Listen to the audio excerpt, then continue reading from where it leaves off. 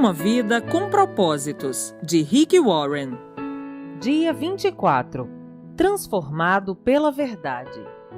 As pessoas precisam mais de que pão para a sua vida. Elas precisam se alimentar de cada palavra proveniente de Deus. Mateus capítulo 4, versículo 4. Agora me entrego a Deus, ao nosso Deus maravilhoso, cuja palavra poderá moldar vocês para que sejam o que Ele quer e conceder a vocês tudo de que precisem nessa comunidade de santos amigos. Atos capítulo 20, versículo 32. A verdade nos transforma. O crescimento espiritual é o processo pelo qual substituímos as mentiras pelas verdades. Jesus orou: santifica-os na verdade. A tua palavra é a verdade. João capítulo 17, versículo 17. Santificação exige revelação. O Espírito de Deus usa a palavra de Deus para nos tornar semelhantes ao Filho de Deus. Para tornar-nos semelhantes a Jesus, devemos preencher nossa vida com a palavra. A Bíblia diz: por meio da palavra somos unidos e moldados para as tarefas que Deus deseja nos incumbir. 2 Timóteo capítulo 3, versículo 17. A palavra de Deus é diferente de qualquer outra. Ela é viva. Jesus disse: as palavras que eu disse são espírito e vida. João capítulo 6, versículo 63. Quando o Senhor fala, as coisas mudam. Tudo ao seu redor, toda a criação existe porque Deus disse. Foi pelas palavras dele que tudo veio a existir. Sem elas, você nem estaria vivo. Tiago observa: Deus decidiu nos dar vida pela palavra da verdade. Por isso, somos a mais importante de todas as coisas que ele criou. Tiago, capítulo 1, versículo 18. A Bíblia é muito mais que um manual de doutrinas. A palavra de Deus gera vida, produz a fé, promove mudanças, afugenta o diabo, realiza milagres, cura feridas, edifica o caráter, transforma as circunstâncias, transmite alegria, supera a adversidade, derrota a tentação, inspira esperança, libera poder, esclarece a mente, cria coisas e nos garante o futuro eterno. Não podemos viver sem a palavra de Deus, cujo valor nunca deve ser subestimado. Você deve considerá-la tão essencial à sua vida quanto o alimento. Jó disse: dei mais valor às palavras de sua boca do que ao meu pão de cada dia. Jó, capítulo 23, versículo 12. A palavra de Deus é o alimento espiritual do qual você deve se alimentar para cumprir seu propósito. A Bíblia é chamada mel, pão, alimento sólido e leite. Essa refeição completa é o cardápio do Espírito Santo para o fortalecimento e crescimento espiritual. Pedro aconselha: desejem de coração o leite espiritual puro, para que por meio dele cresçam para a salvação.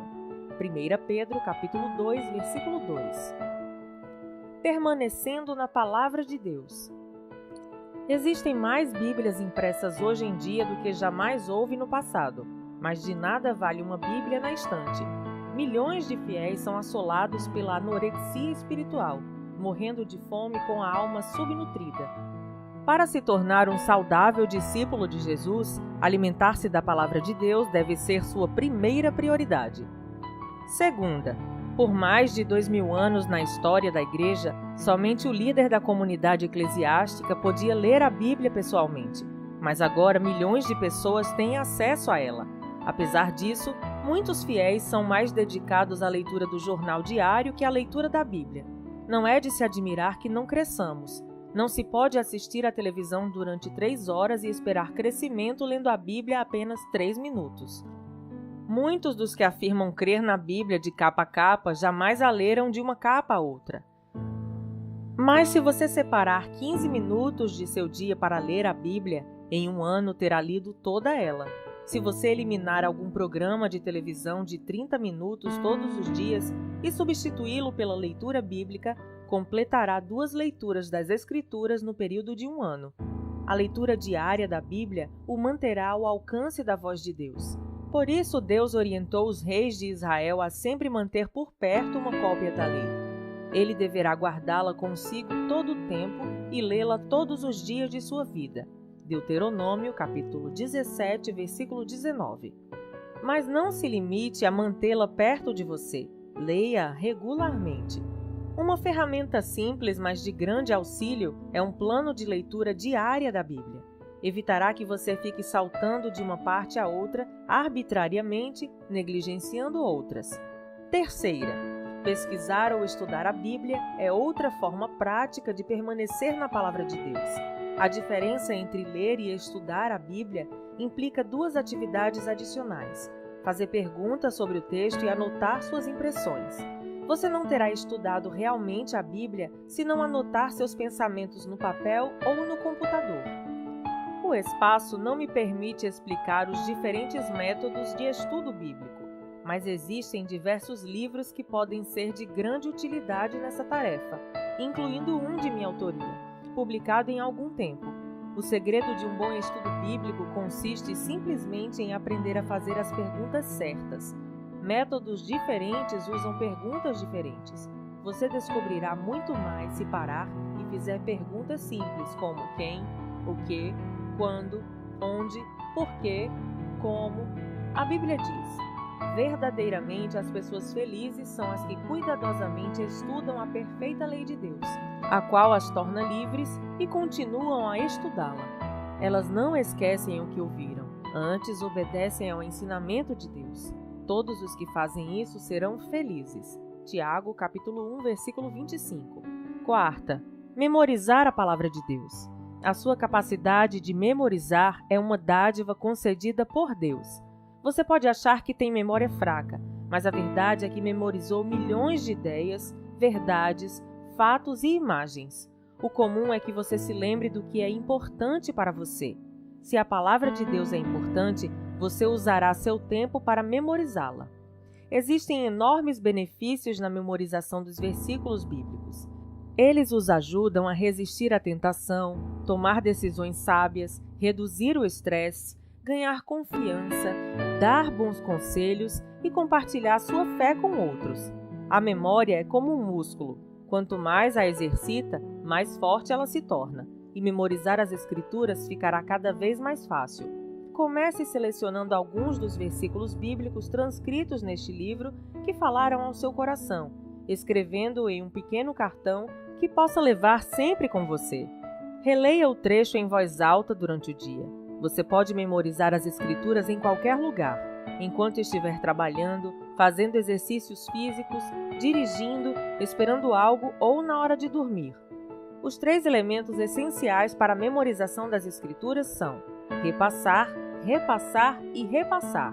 A Bíblia diz: lembrem-se do que Cristo ensinou e que suas palavras enriqueçam a vida de vocês e os tornem sábios. Colossenses capítulo 3, versículo 16. Quinta, refletir sobre a palavra de Deus. O que a Bíblia chama meditação. Para muitos, a ideia de meditar evoca imagens de alguém provocando um estado de consciência neutra, deixando a mente fluir. Isso é exatamente o oposto da meditação bíblica. Meditação é pensamento concentrado. É necessário esforço verdadeiro. Você escolhe um versículo e pondera longamente a respeito dele. Como dito no capítulo 11, se você sabe se preocupar, já sabe meditar. Preocupação é o pensamento concentrado em algo negativo. A meditação tem a mesma característica, mas está voltada para a palavra de Deus, não para algum problema. Não há outro hábito tão eficaz para a transformação de sua vida e para torná-lo mais semelhante a Jesus que a reflexão diária sobre as Escrituras. À medida que utilizamos nosso tempo para contemplar a verdade de Deus, espelhando-nos realmente no exemplo de Cristo, segundo a sua imagem, estamos sendo transformados com glória cada vez maior. 2 Coríntios, capítulo 3, versículo 18. Se você pesquisar todas as vezes que Deus fala em meditação na Bíblia, ficará maravilhado com os benefícios que Ele prometeu aos que dedicam algum tempo para refletir na palavra durante o dia. Um dos motivos pelos quais Deus chamou Davi, homem segundo o meu coração, é que Davi tinha prazer em meditar na palavra de Deus. Ele disse: como amo os teus ensinamentos, medito neles o dia inteiro. Salmo 119, versículo 97. Refletir seriamente na verdade de Deus É a chave para obter resposta às orações e o segredo para uma vida bem-sucedida. Devo pôr em prática os princípios das Escrituras. Podemos receber, ler, pesquisar, memorizar, refletir a palavra de Deus, mas tudo será inútil se falharmos em pô-la em prática.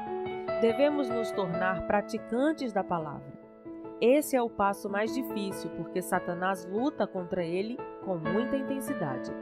Ele não se importa que você frequente estudos bíblicos, contanto que não pratique nada do que aprendeu. Enganamos a nós mesmos quando presumimos que assimilamos a verdade apenas por tê-la ouvido, lido ou estudado. O fato é que, ocupado em frequentar aulas, seminários e conferências bíblicas, você pode não ter tempo de pôr em prática o que aprendeu. Ou seja, esquece-se do que aprendeu enquanto se prepara para o estudo seguinte. Sem a prática, o estudo bíblico é inútil. Jesus disse: "Portanto, quem ouve estas minhas palavras e as pratica é como um homem prudente que construiu a sua casa sobre a rocha." Mateus capítulo 7, versículo 24. Jesus também destacou que as bênçãos de Deus provêm da obediência à verdade, mas não apenas por conhecê-la. Ele disse: "Agora que vocês sabem estas coisas, felizes serão se as praticarem." João, capítulo 13, versículo 17. Outra razão que nos faz evitar a aplicação pessoal da palavra de Deus é a possibilidade de que isso seja difícil, até mesmo doloroso. A verdade vai libertá-lo, mas no começo poderá fazê-lo sentir-se miserável. A palavra de Deus expõe nossas motivações, aponta nossas faltas, repreende nosso pecado e espera que nos transformemos. Faz parte da natureza humana resistir a mudanças. Por isso, a prática da palavra de Deus é uma tarefa difícil. Essa é a razão de ser tão importante discutir com outras pessoas como aplicar seus ensinos à própria vida. Não há como enfatizar suficientemente o valor de fazer parte de um grupo de estudo bíblico. Sempre aprendemos com a verdade compartilhada pelos outros e jamais aprenderíamos por conta própria. Outras pessoas vão ajudá-lo a discernir coisas que você teria deixado passar e vão ajudá-lo a praticar a verdade de Deus. A melhor maneira de se tornar um praticante da palavra é colocando no papel uma atitude resultante da leitura, do estudo ou da reflexão sobre a palavra de Deus. Desenvolva o hábito de anotar de forma precisa o que você pretende fazer. Essa atitude efetiva deverá ser pessoal, envolvendo apenas você, prática, algo que você possa fazer e verificável, com prazo final para ser realizada. Toda aplicação deve envolver tanto o seu relacionamento com Deus ou com os outros, quanto o seu caráter. Antes de ler o próximo capítulo, passe algum tempo pensando sobre essa questão. O que Deus já lhe pediu por meio da palavra que você ainda não começou a fazer? Então escreva algumas medidas práticas que o ajudarão a executar aquilo que você identificou. Você pode, por exemplo, pedir a um amigo que não o deixe vacilar. Assim disse D.L. Moody: "A Bíblia não nos foi concedida para aumentar nosso conhecimento, mas para mudar nossa vida." Dia 24. Pensando sobre meu propósito de vida. Tema para reflexão: a verdade me transforma. Versículo para memorizar: se vocês permanecerem em minha palavra, serão realmente meus discípulos, e conhecerão a verdade, e a verdade os libertará. João, capítulo 8, versículos 31 e 32. Pergunta para meditar: o que Deus já me disse em sua palavra que ainda não comecei a fazer? Até o próximo áudio.